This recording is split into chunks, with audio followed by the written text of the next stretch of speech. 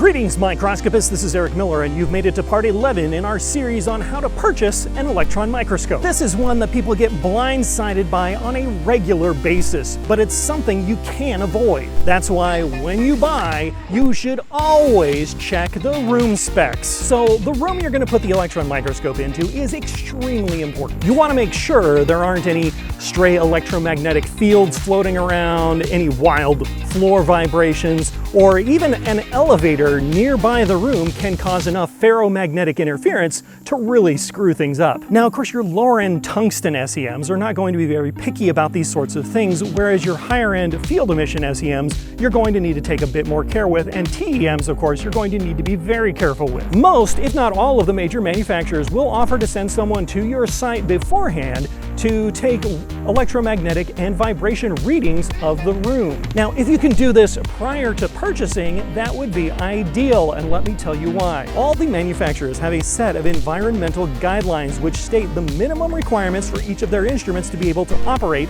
once they're installed. As you would expect, there is a large variance between all of these different microscope manufacturers. Some of the manufacturers' requirements are very loose, while some of them are incredibly strict. And this is where things can really turn around to bite you if you're not paying attention.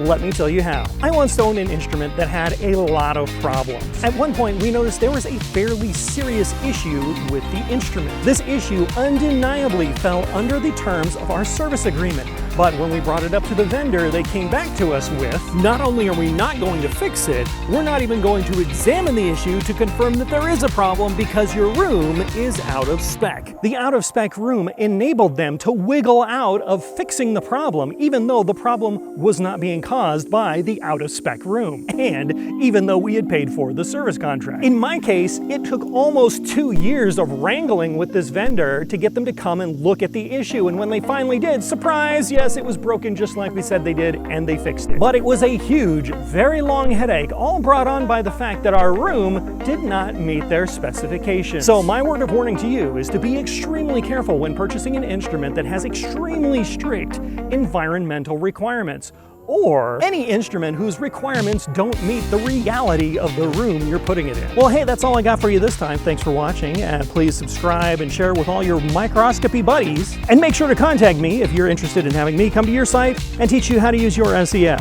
Thanks a lot. We'll see you next time.